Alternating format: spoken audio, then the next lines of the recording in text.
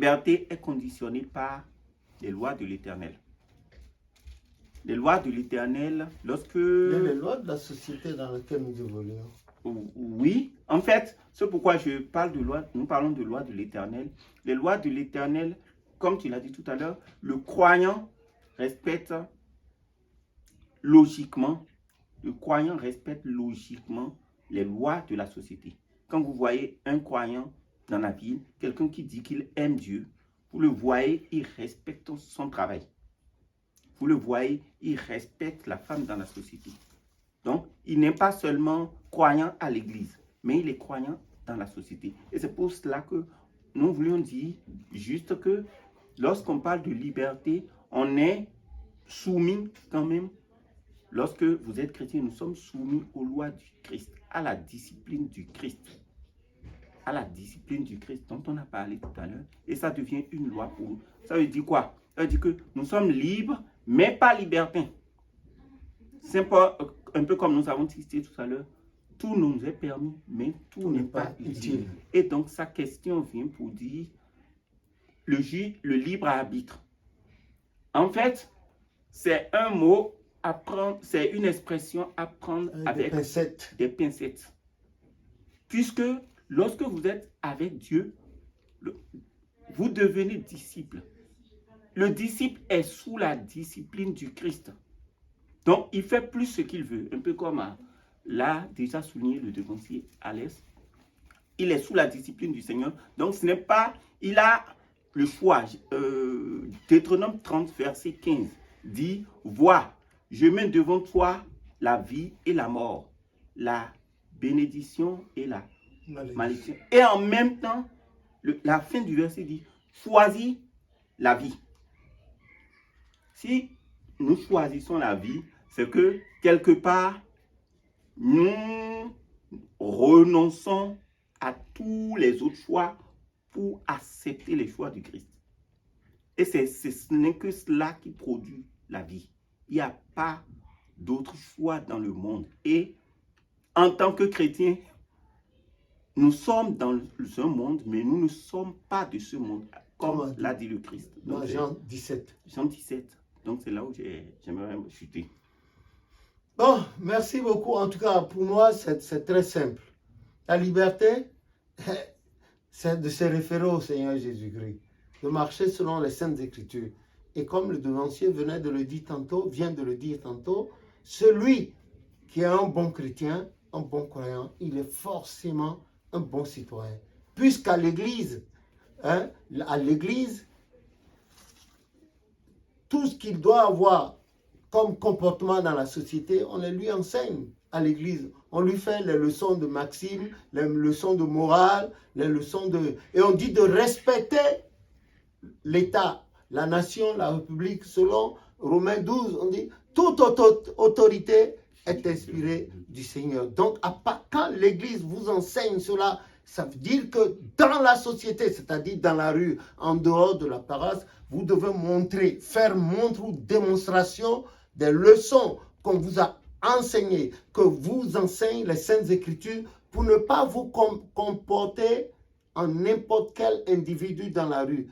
Tu ne voleras pas, a dit le sixième commandement. L'individu n'ira pas voler dans la chose. Tu ne tueras pas, tu ne feras pas ceci.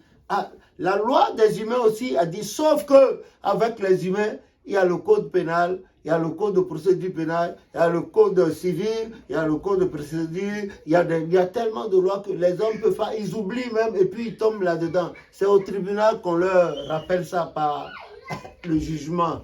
Voilà, que le nom de l'Éternel soit béni. En tout cas, la question est bienvenue, mais seulement le moment ne s'y prête pas. C'est ce qu'on a essayé de glandouler autour pour essayer d'apporter un peu d'apaisement à ton cœur, pour t'exprimer ce que c'est que la liberté. Et c'est ce que toi aussi tu as essayé de faire, peut-être que... Je pense que tout a été dit. Hein. Bon. La liberté, c'est une notion comme le libre arbitre, surtout à prendre avec des pincettes. Parce qu'il voilà. a donné le verset. Dieu nous dit, tu as telle voie, mais choisis cette voie-là. C'est-à-dire que le libre arbitre, on ne l'a pas vraiment. Si on veut vivre, on doit suivre notre Seigneur Jésus-Christ. Voilà. Et chaque fois qu'on essaie d'extrapoler, non, le Seigneur intervient pour nous dire non, c'est pas comme ça. Apocalypse 3 dit, qui bénit amat, bénit castigat, qui aime bien, châtie bien. Voilà. Et pour apprendre à l'enfant à respecter l'autorité, déjà dans Proverbe 22, verset 6, c'est rappelé là. Proverbe 23, verset 13, c'est rappelé là. Et il a dit que le père ne châtie que l'enfant qu'il aime. On en a vu des pères qui ont dit, cet enfant-là, il me fatigue et ils n'en disent plus rien. Et il devient délinquant exponentiel avec exponentiel là-bas. Que Dieu nous épargne cela. Et ne faisons pas de notre liberté, je ne sais pas quoi. Du libertinage. Du libertinage, comme il a dit. Et puis faire une occasion de pécher. Une occasion de pécher. Voilà. Que le nom de l'Éternel soit béni. Donc, au devancier qui est à l'écart, le devancier Abiola, il dit que ses cheveux sont mal peignés, sa barbe aussi, c'est pour ça qu'il ne s'affiche pas.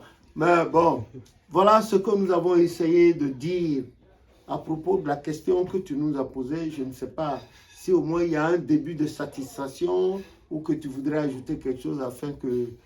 Voilà, c'était juste un shooting entre plusieurs. Voilà. Merci, papa. Ah, merci à vous aussi. Merci au caméraman, merci au devancier Abraham, Tamadao, Amen. Et merci au devancier, le maître de cœur. Merci. Alex, bon, merci à moi-même.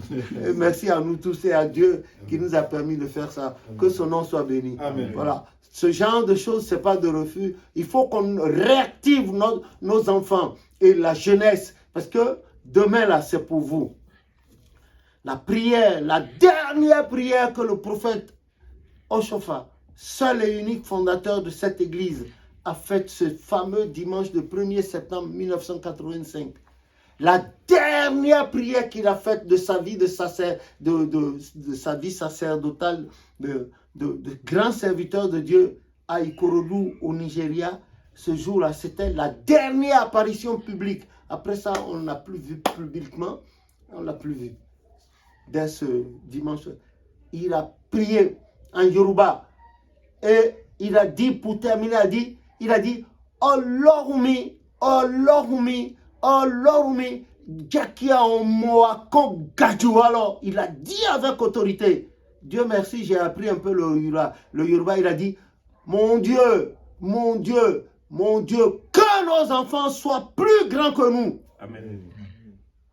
Alors, nous aussi, à notre tour, nous emboîtons le pas à Papa Oshofa et nous vous souhaitons la même chose, vous, la jeunesse montante et à la descendance, afin que vous preniez l'affaire de Dieu au sérieux, évitez certaines erreurs, c'est-à-dire manger des raisins verts et que la descendance ait les dents agacées. Il faut éviter ça. Il faut éviter toutes ces tentations-là et suivre la lumière, suivre le Christ, la lumière, pour aller jusqu'au bout. L'inconnu, là, c'est la vie éternelle. Le pays, là, le sol, c'est de l'or pur.